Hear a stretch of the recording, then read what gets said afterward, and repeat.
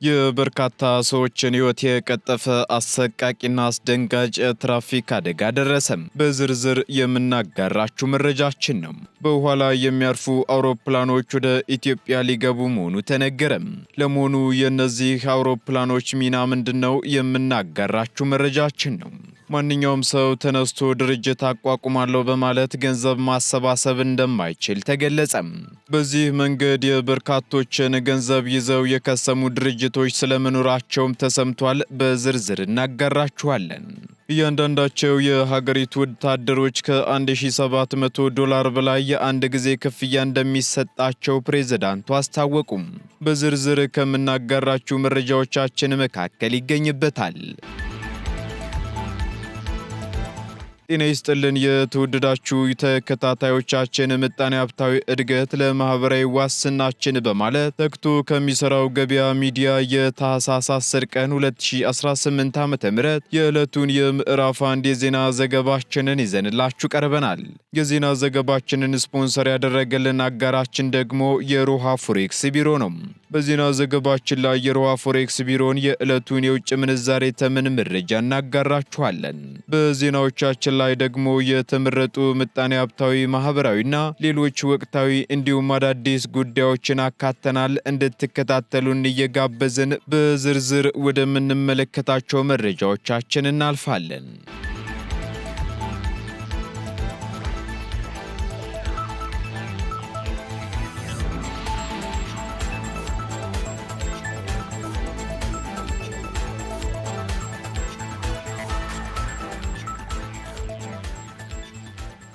በሚቀጥሉት ወራት በውሃ ላይ የሚያርፉ አውሮፕላኖች ወደ ሀገር ውስጥ ሊገቡ መሆኑን አየር መንገዱ አስታወቀም። የኢትዮጵያ አየር መንገድ ለቱሪዝም አገልግሎት የሚውሉና በውሃ ላይ ማረፍ የሚችሉ አውሮፕላኖችን በቀጣይ ጥቂት ወራት ወደ ሀገር ውስጥ ሊያስገባ መሆኑን አስታውቋል። አየር መንገዱ የቱሪዝም ዘርፉን ለማሳደግና በቂ የአውሮፕላን ማረፊያ በሌላቸው የቱሪስት መዳረሻዎች አገልግሎት ለመስጠት የሚያስችሉ በውሃ ላይ የሚያርፉ አውሮፕላኖችን በቅርቡ ወደ ሀገር ውስጥ ያስገባል ሲሉ የኢትዮጵያ አየር መንገድ ዋና ስራ አስፈጻሚ አቶ መስፍን ጣሰው ተናግረዋል። ዋና ስራ አስፈጻሚው አክለውም አውሮፕላኖቹ በመጋቢትና ሰኔ ወራት ወደ ሀገር ውስጥ እንደሚገቡና የሙከራ አገልግሎት እንደሚጀምሩም ገልጸዋል። እነዚህ አውሮፕላኖች በውሃም ሆነ በመሬት ላይ ማረፍ የሚችሉ መሆናቸውን የገለጹት አቶ መስፍን በቅርቡ የሚጀምረው የሙከራ አገልግሎት ስኬታማ ከሆነ ተጨማሪ አውሮፕላኖች እንደሚታዘዙ አስረድተዋል። ይህም ወደ ቱሪዝም መዳረሻዎች በአውሮፕላን ለመጓዝ ለሚፈልጉ መንገደኞች ትልቅ አማራጭ እንደሚፈጥርም ተጠቁሟል። በሌላ በኩል ወደ 120 የሚጠጉ አውሮፕላኖችን ለመግዛት ትዕዛዝ ላይ መሆናቸውንና ከታዘዙት ውስጥ ደግሞ ትንንሽ የሚባሉ አውሮፕላኖችን እንደ አውሮፓውያን አቆጣጠር ከ2026 ጀምሮ መረከብ እንደሚጀምር አየር መንገዱ ማስታወቁን መዘገባችን አይዘነጋም።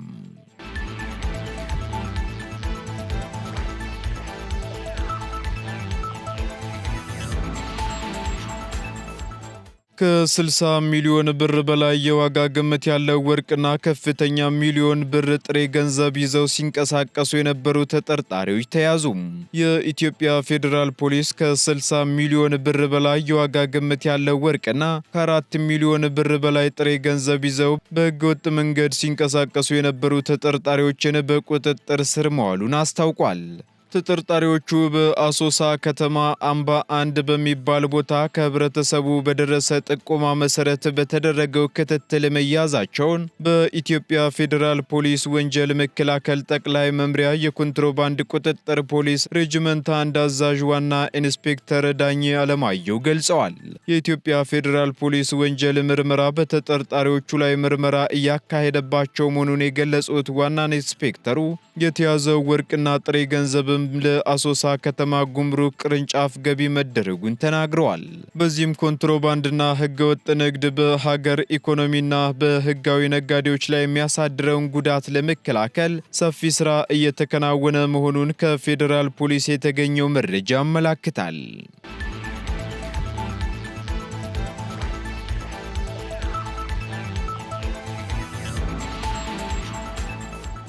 የዘጠኝ ሰዎችን ሕይወት የቀጠፈ አሰቃቂና አስደንጋጭ የትራፊክ አደጋ መድረሱ ተገለጸ። በምስራቅ ሐረርጌ ዞን ቀርሳ ወረዳ ትላንት ማምሻውን በደረሰ የመኪና አደጋ የዘጠኝ ሰዎች ሕይወት ማለፉን ፖሊስ አስታውቋል። በትላንትናው ዕለት ታኅሳስ 9 ቀን 2018 ዓ.ም አመሻሽ ላይ በደረሰ የተሽከርካሪ አደጋ የተሽከርካሪው ረዳት ጨምሮ የ7 ወንድና የ2 ሴቶች አጠቃላይ የ9 ሰዎች ሕይወት ማለፉን የምስራቅ ሐረርጌ ዞን ፖሊስ ዋና መምሪያ የኮሚኒኬሽን ጽሕፈት ቤት ኃላፊ ምክትል ኢንስፔክተር ካስዬ አበበ ተናግረዋል። አደጋው የደረሰበት የጭነት ተሽከርካሪ ለጊዜው በውል ያልታወቀ ተሳፋሪን አሳፍሮ ከቀርሳ ከተማ ወደ ማያ ከተማ ሲጓዝ ቀርሳ ወረዳ አዋ መራ ቀበሌ ሲደርስ ቀርሳ ድልድይ ውስጥ ገብቶ አደጋው መድረሱ ተገልጿል። ሕይወታቸውን ካጡ 9 ሰዎች በተጨማሪ በ4 ሰዎች ላይ ከባድ አደጋና በ3 ሰዎች ላይ ደግሞ ቀላል አደጋ መድረሱን የዞኑ ፖሊስ አስታውቋል። የአደጋው መንስኤ እየተጣራ ቢሆንም አሽከርካሪው ተሳፋሪን ከዕቃ ጋር ከመጠን በላይ በመጫን የተከሰተ አደጋ ሳይሆን እንዳልቀረ ምክትል ኢንስፔክተሩ ገልጸዋል። አሽከርካሪው ግን ከአደጋው ቦታ ተሰውሮ ያመለጠ ሲሆን ፖሊስም ክትትል ላይ እንደሚገኝ ተነግሯል።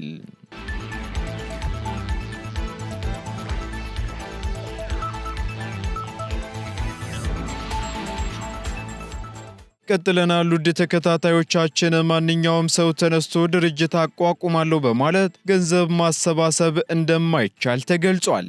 በዚሁ መንገድም የበርካቶችን ገንዘብ ይዘው የከሰሙ ድርጅቶች ስለመኖራቸው ተሰምቷል። ሚሊዮን ሙሴ ዝርዝሩን አዘጋጅቶታል። ማንም ሰው ተነስቶ ድርጅት አቋቁማለሁ በማለት ገንዘብ ለመሰብሰብ የሚችልበት አግባብ የለም ተባለ። ይሄ የተባለው አዋሽ ባንክ በ200 ሚሊዮን ብር ካፒታልና 95 በመቶ ባለቤት በመሆን ያቋቋመውን አዋሽ ካፒታል አክሲዮን ማህበር በኢትዮጵያ ከሚንቀሳቀሱና ከካፒታል ገበያ ባለስልጣን ፍቃድ ከተሰጣቸው የኢንቨስትመንት ባንኮች አራተኛው ሆኖ በትላንትናው ዕለት ስራ መጀመሩ ይፋ በተደረገበት መድረክ ነው። በመድረኩ ላይ ንግግር ያደረጉት የአዋሽ ካፒታል አክሲዮን ማህበር የቦርድ ሰብሳቢና የአዋሽ ባንክ ዋና ስራ አስፈጻሚ አቶ ፀሐይ ሽፈራው በተለመደው የባንኪንግ ስርዓት ለኢንቨስተሮችና ለድርጅቶች ብድር የተሰጠ የሀገሪቱን ኢኮኖሚ በበቂ ሁኔታ ማሳደግ አይቻልም ብለዋል። በመሆኑም መንግስት አዲስ ጥናት በማድረግ የኢንቨስትመንት ባንኮች የሚቋቋሙበት ሁኔታዎች ፈጥሯል ያሉት አቶ ፀሐይ ይህም እንዲሆን የኢትዮጵያ ካፒታል ገበያ ባለስልጣን መቋቋሙን አንስተዋል። ባለስልጣኑ ዋናውና ትልቁ ስራው እንደ ኢትዮጵያ ብሔራዊ ባንክ በመሆን የሚቋቋሙትን የኢንቨስትመንት ባንኮች መቆጣጠርና በስርዓቱ እንዲሄዱ ማድረግ ነው ያሉ ሲሆን ወደፊት የአክሲዮን ማህበራትን በተመለከተ ህጎችን እንደሚያወጣም ተገልጿል። አቶ ፀሐይ አክለው ከዚህ ቀደም የሰው ገንዘብ ሰብስበው የሚጠፉና የሚከስሙ ሼር ካምፓኒዎች ተፈጥረው በርካቶችን ለችግር ዳርገው ነበር ያሉ ሲሆን ከዚህ በኋላ ግን እንደዚህ አይነት ችግሮች እንዳይፈጠሩ የሚያደርጉ አሰራሮች መፈጠራቸውን ገልጸዋል። የኢትዮጵያ ካፒታል ገበያ ባለስልጣን ዋናውና ትልቁ ስራው እንደ ብሔራዊ ባንክ በዚህ በኩል የሚቋቋሙትን የኢንቨስትመንት ባንኮች የመቆጣጠር በስርዓቱ እንዲሄዱ የማድረግ ነው። ለወደፊቱ የሼር ካምፓኒዎችን በተመለከተ ህጎችን ያወጣል ማለት ነው። እስካሁን ድረስ የተለያዩ ሼር ካምፓኒዎች ኢትዮጵያ ውስጥ ተፈጥረው የሰው ገንዘብ ጭምር ተበልቶ የከሰሙበት ሁኔታዎች ተፈጥረዋል።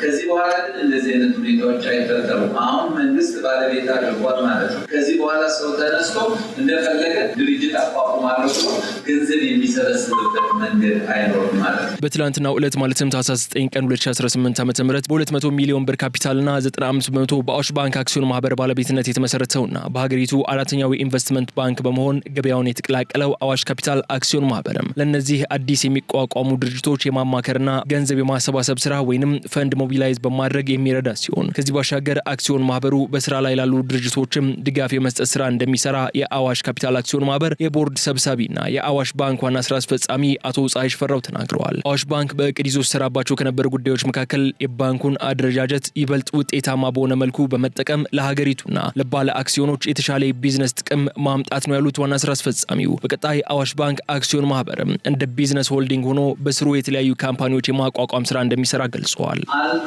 ለአዋሽ ባንክ እንሰራለን ብለን በእቅድ ደረጃ ይዘን እየተንቀሳቀስን ያለ ነው። የአዋሽ ባንክን አደረጃጀት ሞር ኤፊሽንት የሆነና የተሻለ ቢዝነስ ለባለ አክሲዮኖችና ለሀገራችን ማስገኘት በሚችል መልኩ ማደራጀት። ከዛ ውስጥ ለወደፊቱ አዋሽ ባንክ እንደ ቢዝነስ ሆልዲንግ ሆኖ በስሩ የተለያዩ ካምፓኒዎች ተዋቅረው ማኔጅመንቱ ግን ከላይ አንደር ቢዝነስ ሆልዲንግ ሌቨል ማኔጅ ይደረጋል።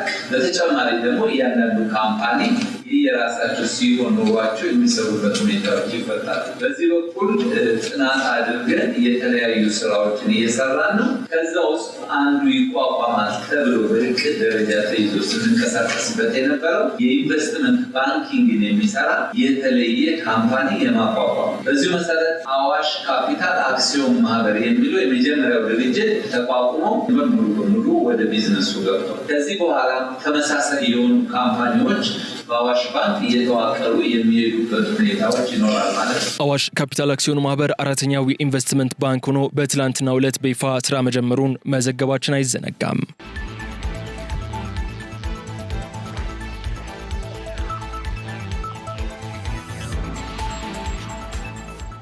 ኢትዮጵያ ያገደችው የውጭ አየር መንገዶች ገንዘብ ወደ 54 ሚሊዮን ዶላር ከፍ ማለቱ ተገለጸ።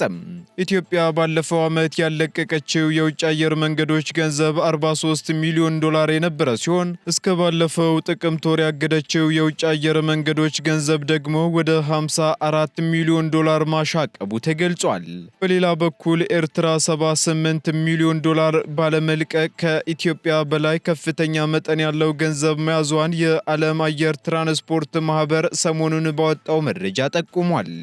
በአሁኑ ወቅትም በዓለም ላይ ሀገራት ያገዱት የውጭ አየር መንገዶች ገንዘብ 1.2 ቢሊዮን ዶላር ሲሆን ከዚህ ውስጥ ደግሞ 89 በመቶውን ገንዘብ የያዙት ኢትዮጵያን ጨምሮ 10 ሀገራት መሆናቸውን መረጃው ያመላክታል። በዚህም ሀገራት የያዙት የውጭ አየር መንገዶች ገቢ ከፍተኛ የሆነው ሀገራት ገንዘቡን ለመልቀቅ ረጅም ጊዜ ስለሚወስዱና በውጭ ምንዛሬ እጥረት ሳቢያ እንደሆነ ማህበሩ አስታውቋል።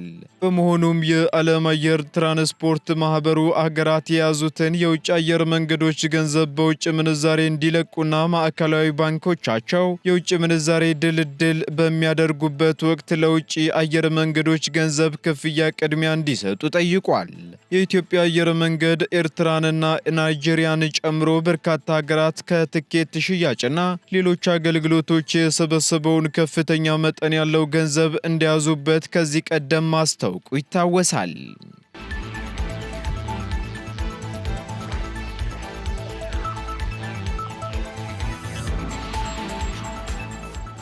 ቀጥለናል። ውድ ተከታታዮቻችን ከውጪ ወደ ያዝንላችሁ መረጃችን ስንሸጋገር ፕሬዝዳንቱ ለሀገሪቱ ጦር ሰራዊት አባላት እያንዳንዳቸው የ1776 ዶላር የአንድ ጊዜ ክፍያ እንደሚሰጣቸው አስታወቁም። የአሜሪካው ፕሬዝዳንት ዶናልድ ትራምፕ ከ1.45 ሚሊዮን በላይ ለሚሆኑ የሀገሪቱ ጦር ሰራዊት አባላት እያንዳንዳቸው የ1776 ዶላር የአንድ ጊዜ ክፍያ እንደሚሰጣቸው አስታውቀዋል። ፕሬዝዳንቱ ዋሬር ዲቪደንት ሲሉ የጠሩት ይህ ክፍያ የገና በዓል ከመድረሱ በፊት በወታደሮቹ እጅ እንደሚገባ ገልጸዋል ሲል ቢቢሲ አስነብቧል። በተጨማሪም ለዚህ ክፍያ የሚውለው በቢሊዮን የሚቆጠር ዶላር የተገኘው ደግሞ ከአስመጪ ዕቃዎች ላይ ከተጣለ ቀረጥና በቅርቡ ከጸደቁ ሕጎች መሆኑን ዘገባው ጠቁሟል። የክፍያው ተጠቃሚዎችም እስከ ኖቬምበር 30 2025 ድረስ በንቁ ወታደራዊ አገልግሎቶች ላይ የሚገኙ የክፍያ ደረጃቸው ከኦ6 እና ከዚያ በታች የሆኑ አባላት እንዲሁም በተራዘመ የውጊያ ትዕዛዝ ላይ ያሉ የተጠባባቂ ኃይል አባላትን ያካትታል ተብሏል። ይህ ትዕዛዝ የወጣው ደግሞ ፕሬዝዳንት ትራምፕ በኢኮኖሚ ሁኔታዎችና በዋጋ ግሽበት ምክንያት ከህዝብ የሚሰነዘርባቸውን ጫና ለመቀነስ በሚጥሩበት ወቅት መሆኑን ተንታኞች ገልጸዋል።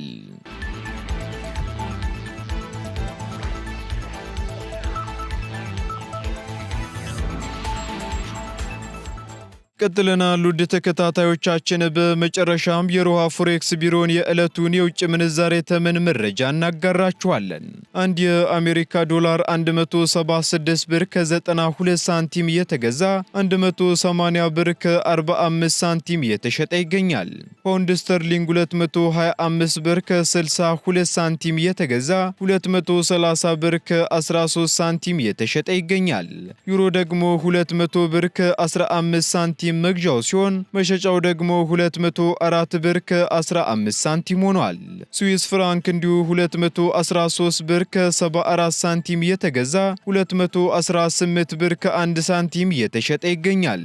የተባበሩት አረብ ኤምሬት ድራም ደግሞ 46 ብር ከ76 ሳንቲም የተገዛ 47 ብር ከ69 ሳንቲም የተሸጠ ይገኛል። የሳውዲ ሪያል እንዲሁ 45 ብር ከ78 ሳንቲም የተገዛ 46 ብር ከ69 ሳንቲም የተሸጠ ይገኛል። እንዲሁም የቻይናው ዩዋን 23 ብር ከ64 ሳንቲም የተገዛ 24 ብር ከ11 ሳንቲም የተሸጠ መሆኑን የሮሃ ፎሬክስ ቢሮ የዕለቱ የውጭ ምንዛሬ ተመን መረጃ ያመላክታል።